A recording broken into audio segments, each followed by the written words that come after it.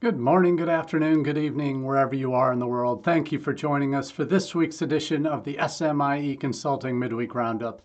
I'm your host, Marty Bennett, and today on the Roundup, we're going to be taking a look at three important questions we've been hearing from international educators over the last few days, and the news stories that support and will help shape, I think, our perspective on what these answers to these questions might be. For those of you that are new to the Roundup, this is our goal each week at Wednesday at 1 p.m. Eastern to dive into three issues of the day that we can see some movement towards some resolution, potentially posing new questions on how international students' experiences are in the application process, living on campus, thinking about coming to the United States, and all those potential variables involved. We do that each week by first taking a look at the news stories that have popped. We do that through our newsletter, All the SMIE News Fit to Share. And SMIE stands for Social Media and International Education. That's the name of the business, SMIE Consulting. And we take that newsletter that goes out Monday mornings at 9 a.m. I've dropped the link to the most recent edition from this past Monday into the comments section on our Facebook page, along with the links to all the stories that we're going to be sharing today that come from that newsletter. But for those that are not watching live on Facebook or watching on our YouTube channel or listening on the podcast, please make sure you're subscribing to that newsletter. You can get to that at smieconsulting.org/subscribe. Enter your email address and a couple other details, and we'll get that newsletter to you every Monday morning at 9 a.m. free of charge. So the Roundup here on Wednesdays goes in depth to three of the questions that we're getting. And we'll get to those in just a minute, but thanks again to everybody who's made the Roundup part of their weekly journey in international education, whether it's listening to it while you're working out, walking, or running, whether it's part of your Wednesday ritual of catching up with what we're doing live here on Facebook at 1 p.m. Eastern, or catching us on repeat on YouTube or the Facebook page for SMIE Consulting. Thanks for making us a part of your journey. So glad to be a part of yours. Now, let's get first to the question. Number one, and the one that's at the top of minds for all international admissions professionals in the United States this year. Will there be an increase in new international students this fall? So we're talking fall 2021. And the answer to that question is it depends. Our favorite answer in admission circles, internationally at least, in the U.S.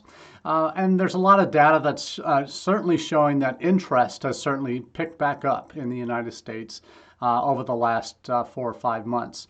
A lot of that is due to the transition in presidential administrations that occurred after the election in November.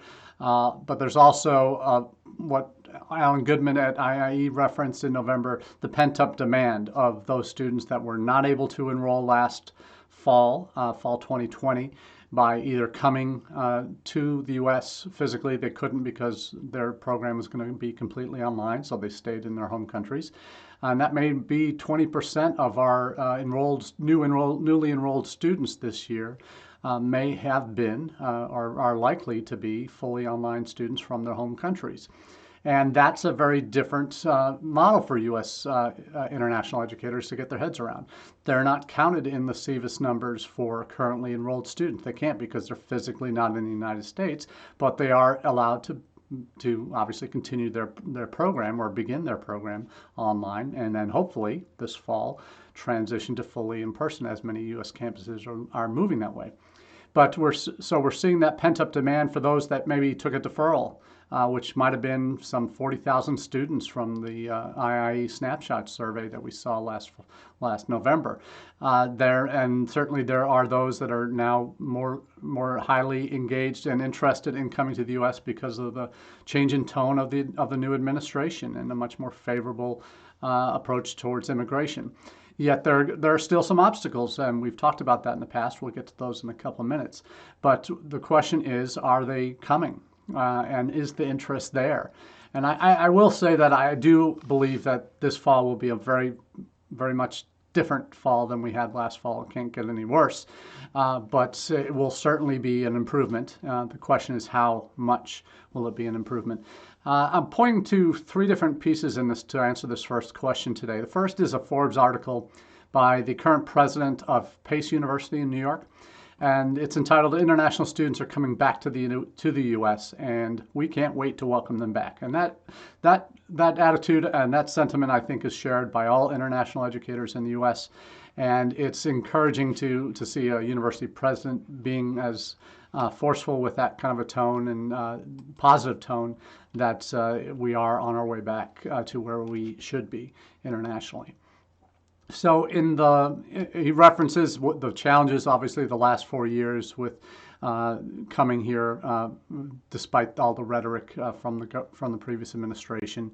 That shows the real declines in the new international students we've seen since 2016. Then the pandemic changed everything. Obviously, physically made it impossible. Not even those that wanted to come could come. It wasn't possible during the pandemic for most all students. The number of international students in the United States fell by 18% last year. And that's a total number, not new. New numbers are even worse. The challenge has been, as he points out in his article, even worse with U.S. consulates. This is his quote: "With U.S. consulates worldwide shuttered by the pandemic, the number of visas issued for newly enrolled international students dropped to a whopping 72%." And that's I think more in line with why I was actually surprised that new international enrollments were only down 43%, according to the IIE Snapshot survey last fall. The reality is, because so many more U.S. consulates were closed and still are in major source markets in China and India, other than emergency appointments only, which are never going to be able to process the full extent of international student interest in the United States. So I think there's some real value here in looking at and he makes the point, and I appreciate him making that point about the consulates being closed, because that has essentially been a double blow. You had institutions that were suffering from 4 years of rhetoric from the previous administration, and then having the pandemic on top of that is a double whammy, really. Then we're seeing the answer, and he makes the point in his article.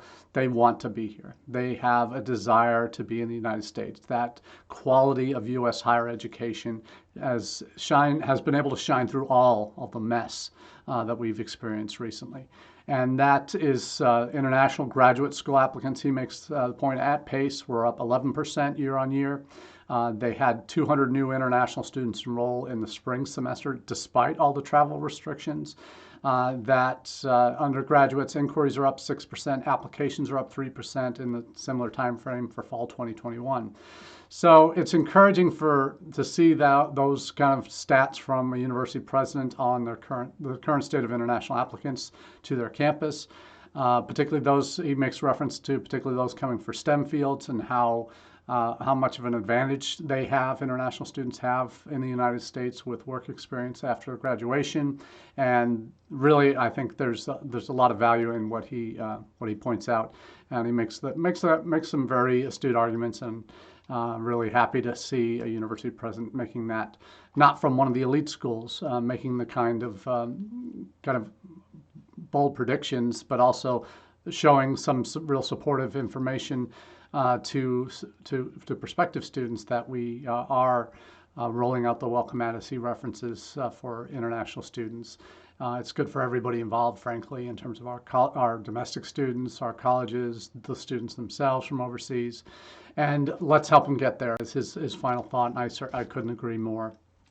Now, another supporting piece to our international students coming back, and will there be an increase this fall, is coming from a PI News article that references a report from BridgeU that catalogs over 120,000 student applications, not students, applications submitted but to U.S. higher education by BridgeU students, so ones that they have in their bailiwick. And that includes international students in 120 countries. That their data for their students, these again just BridgeU students, shows an overall application decrease by international students to the U.S. the number of applications per student has risen, and that may be due primarily to the test optional trend that we've talked about quite a lot here on the Roundup, and how that impacts international students in terms of their choices for where to apply. Seeing many institutions that are coming out now with their accepted student rates for this year, particularly the elite schools, or getting even more elite in terms of the decreases in their admit rates. That would profile just the huge number of additional applications they processed this year due to being test optional largely. So the point of the PI article related to the Bridge U students says that international students are applying earlier. They're not using restrictive early decision or restrictive early action programs where they're tied down to a particular school. They're keeping their options open. And many of those are doing that because they're applying test optional to schools that they'd be happy to go to, any number of them. So this is interesting to see. And he gives a little kind of geographical breakdown that in this article, though selective private institutions and large public universities have increased this year, application numbers, international applications, again, doing just these Bridge U students, the data seems to tell a different story for less selective institutions across the country, particularly in the Northeast, Midwest, and Mid-Atlantic, according to the article. Universities in North Carolina, Virginia, and Michigan saw the biggest increases in applications from these Bridge U students. But there is U.S. universities, particularly state institutions, because of the declining numbers in domestic high school graduates. International student enrollments their argument is that they're even more vital to U.S. institutions now. So we'll see what happens with this one, but certainly, again, this is a group of Bridge U students, certainly representing a fairly substantial chunk of applications, international student applications this year, so we'll see where that goes. But perhaps one of the most interesting kind of pieces of data analysis that I've found, which is fascinating, is from Shorelight. And they have analysis, kind of a chart that tracks analysis of U.S. COVID policy on U.S. bound international students, and that's both international travel restrictions as well as consular restrictions. So I'm glad that they're taking into account these factors, and they break the kinds of institutions down in the United States to categories, kind of not a pie chart, but a graph where you've got total estimated international enrollments on the left. And then percentage of international enrollments from banned and or restricted countries. And again, these are the countries where currently travel to and from the United States is banned. It's hard not to think of countries that aren't banned right now, but there are certainly some that have been, certainly some countries that were banned initially from travelers to and from that are still on that list. Some have been taken off the list, but some are. And those are, China's certainly one of them, Brazil's been one of them, and China obviously is the #1 source market for students, so they've had to come through third-party countries. So we're looking at this chart. They have broken down to low risk, high volume institutions where the greater majority of their students are, though they have a high number of international students, they don't have many or a significant chunk of their enrolled international students from high-risk countries that are on the ban list because of the current restrictions. You also have the low risk, low volume, those institutions that haven't become overly dependent on international students and don't have many from the particular affected countries. Then you have the high risk, high volume, and those are the ones that are heavily dependent on China and India for their international students. And there aren't many that aren't dependent on those, but if you have high volumes, then certainly that's going to have a greater financial impact on your bottom line at your institution. And then you have the high risk, low volume. So still get a percentage from your international students that are maybe not 10% of your enrollments, they're only 1 to 2% of your enrollments, then you might have, but you get them heavily from China and India, they're still, that's a high risk, but you don't have a lot of students at your institution from those, or overall in your student body. So it's a real interesting data point, and I would recommend checking it out. Again, I'm dropping the links to these in the. It does have an interactive element to it, so you can see. You can search by public or private. You can see highest degrees offered. You can see some other sectors, so ranked schools, U.S. News rankings, and such. So really fascinating.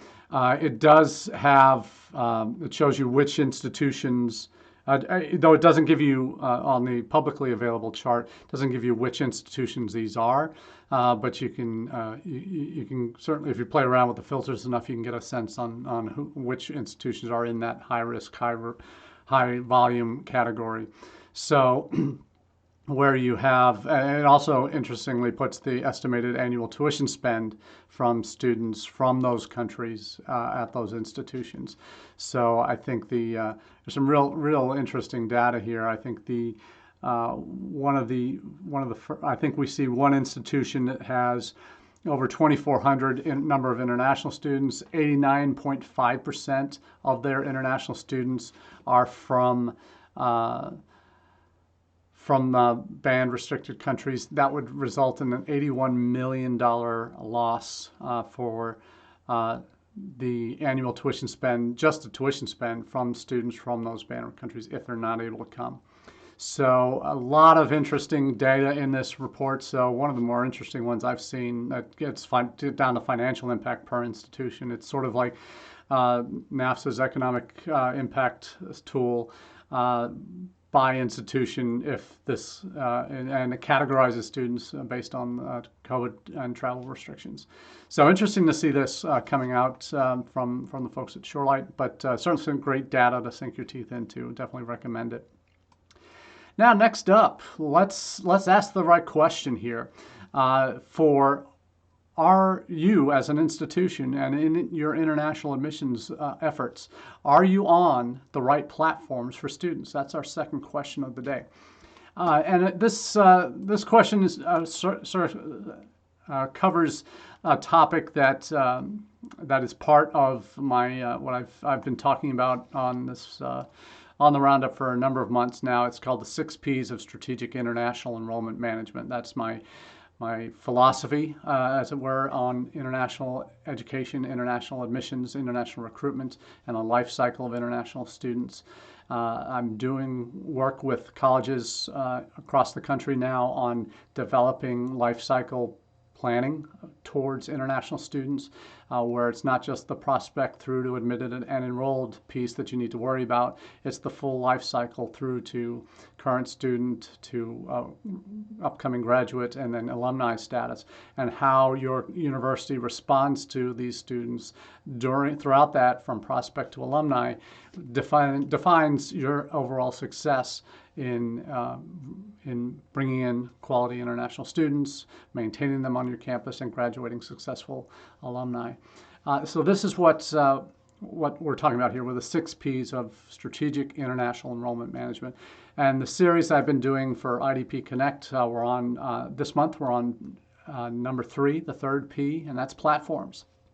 We talked about perspective and how you need to have both an internal perspective of how your institution's values, mission, statements, strategic plans are overall geared towards international and what you can kind of hang your hat on in there. But more importantly, having a global perspective that informs your decision making for messaging, for where you recruit, who you're recruiting against. Having that knowledge of the globally competitive market for international students and who you're up against, frankly, is important to know as you move forward. We talked about planning and the importance of basing your plans on data. And when you talk about enrollment management, having successfully created enrollment plans, you need to have data that backs up why you do what you do. or why you focus on certain things, and having targets that you're setting as part of that. You're setting your SMART goals as it relate to international enrollment, and doing that over a 3 to 5 year period, not just this year we're doing this, next year we're doing that, and they don't necessarily connect. So, and have a vision for where you're taking your plan. So we're talking about in this edition, the third element, and that's choosing the right platforms to be on. And in my piece, I make a reference to what a platform is, and that's a best-selling, award-winning author Geraldine Solon called a platform is what defines your visibility with your audience. And for those that have known me since my Education USA days, you know one of my most important mantras I have, the top of any conversation I have about recruitment of students overseas with international audiences, it is live where your audiences live. And that's something I've been preaching for over 10 years now, 13 years even. And part of that is really understanding where your students, where your parents, where your influencers, that could be counselors, agents, Education USA advisors, where they spend their time online. And we know that people spend their time online. There's no doubt about that. When you look at the vision for the world, or the numbers for the current world, We Are Social's Digital 2021 report that came out earlier, I've referenced this several times, their data shows 53.6% of the world, of the 7.8 billion people in the world, so that's over 4 billion people are considered active on social media. And that meant in 2020, 1 million new social media users came online every day, 13% annual growth rate. When they come online for social media, they're not just coming online typically for one platform. They're on multiple platforms. So they use some, obviously more than others, and that's important to know where they spend the majority of their time. And you want to talk about what's important in obviously social media, and that's something that I think is a no-brainer in terms of where you have to have a presence as an institution if you're going to be serious about recruiting international students, particularly in the lead gen side, but also throughout the process. There are opportunities on different platforms perhaps. You might be talking more on more broad scale social ads, Facebook ads, whatever it might be in different countries that you're talking about recruiting in, that you use for lead gen, but then you're moving to more contained, and whether it's a Facebook group or a WhatsApp group you establish for prospects from certain countries, an admitted student group. These are the things that throughout the life cycle of an applicant to enrolled, you're going to have opportunities to connect in more private ways, in ways that really show your connection with students. So choosing those platforms is important. Knowing where they are is obviously where you start, and deciding which ones you're going to prioritize. If obviously key markets that you want to be in China, you know you're not going to be on Facebook and YouTube to reach that market directly. You're going to be having a presence on WeChat. You're going to be thinking about QQ. You're going to be thinking about being on the TikTok, the Dubai platform parent company in China. Having presence there is important, and how you leverage that. Having locally hosted website content in native languages. We'll talk about that more when we get to personalization in the next P. In P number 5, next we do partners. But what technology has allowed you to do is really reach students where they are, much more directly in ways that you could never have imagined. Certainly this past year has taught us many colleges who previously relied on all physical recruitment and very minor digital footprint. They've had to completely upend the way they do things. And that is something that we really see international students clamoring for, is opportunities to connect with you and with students at your institutions as well through online means. So we're talking about different ways to identify platforms. We talk about taking a digital first approach as really the must do. This year has taught us that. And in terms of what we can look forward to in the coming year is, you look at, when we say digital first, why is that important? is you look at the time people spend on their devices. The average over the globe is anywhere from, has grown from 6 hours and 20 minutes 6 years ago to almost 7 hours by the end of 2020. So we're spending more time on our devices. We're scrolling through different social media. We're looking at different platforms when we're doing that. We're spending that long, almost 7 hours a day on our devices. So if you're not taking a digital first approach to not only social media, but also to your website and how relevant and accessible your content is, your missed opportunities.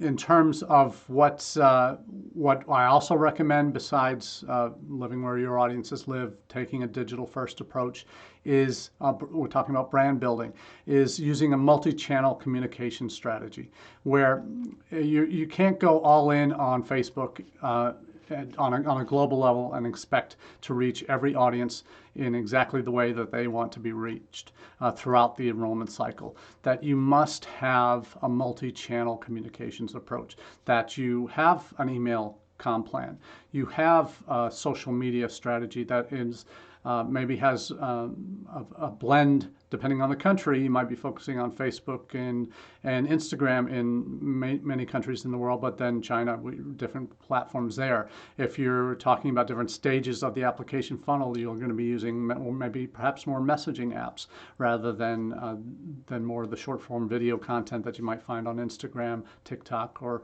YouTube Shorts now. Those platforms do allow you flexibility, though. That's the one thing. It's not that you have to be an expert in every single one of those, but you should make the content that you use at different stages during the funnel, repurpose that across those multiple channels, where you can have a video message from a current student that talks about their experience in transitioning to campus life. Obviously, that functions very well at the end when you're doing pre-departure orientations. You can have another video message from a different student from a different country, different major, that talks about why they chose your institution. A video message that can be on a YouTube channel, can be on Instagram, can be on Facebook, can be repurposed for TikTok, can be embedded into an email message in an existing comm plan. There are ways to once you have that content, that's gold. That video content especially, that you can repurpose from students, from faculty, from alumni. There are ways to embed that in your messaging across channels. Why do you do multiple channels? Because even within a given country, not every student is going to take in information the same way. Some love emails, not as many as we think, but some love emails, and they'll eat that up all day and twice on Sunday. Then there are going to be others that will only get their content from Facebook, and others that only will be on Instagram. Others in China, obviously, only on WeChat. There are ways that they will have a preference for how they take in information. So if you're repurposing that, obviously email is the one that goes directly to a student. You can message in some of these social apps, particularly if it's a focus group.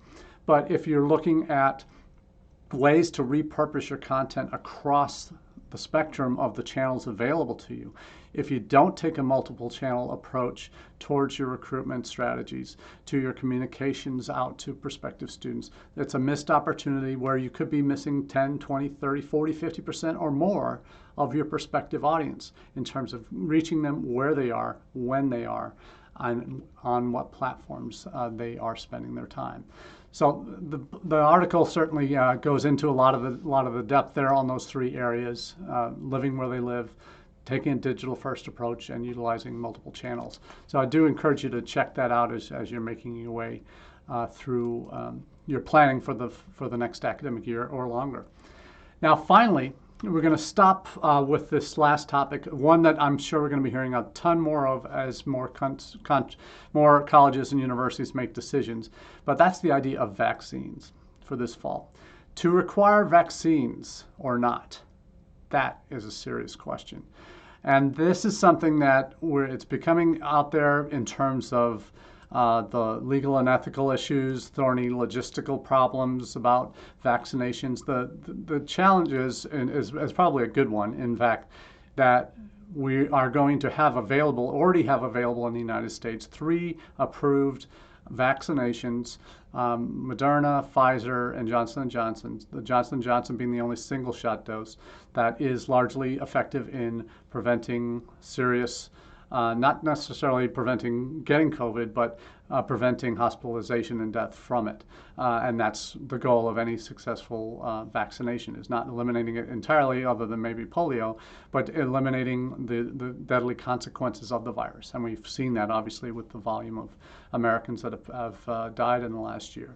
But what we see here in the role of vaccinations on campus, we've got vaccination as kids growing up in the United States. That's part of what we're used to. Despite the anti-vaxxer crowd that are certainly rearing their heads quite a bit in the last few months as these have rolled out in the U.S., those that don't want to be controlled by the government see this as a threat to their civil liberties, and which is a lot of hogwash as far as I'm concerned. But when you get right down to it, what can colleges require? You saw this week Rutgers University has already said, been the first to come out and say, we're going to require vaccinations of all students. There'll be exceptions for medical or religious reasons, but they haven't thought it through completely yet, because they don't necessarily know, because they're saying that you have to have a U.S. approved vaccine. And if that's the case, then you're not going to get any of your Chinese students on campus, are you? Because in China, they've been taking variations of Chinese vaccine that hasn't been approved by the United States, and likely won't. They rolled that out before any of ours were really approved here. The efficacy and the trials and all that, China doesn't really share that data well with others. So that will be a significant stumbling block if they don't come up with a policy that also includes international students, because this one certainly does not at Rutgers. And colleges are going, I've seen some colleges say that we're not going to require something that is, because all the variations of the vaccine we've had approved are for emergency use. Obviously the pandemic is an emergency use, but to require it, they say they wouldn't require it until it's approved for regular use, like a chickenpox or measles vaccine, or measles, mumps, and rubella, MMR. Those vaccines that have been around for decades, this is something that, because those are regularly approved for use, even in kids, especially in kids. And most of the vaccines now are only being allowed for adults 16 and above, and that's certainly that's certainly in the college age demo. But they're not. Colleges are going to say, well, not that they're not approved for regular use, only emergency use, and we can't require something if it's only approved for regular emergency use. So there's a lot of legal issues, a lot of ethical issues that are going to be grappled with as colleges make decisions on what to require and or not.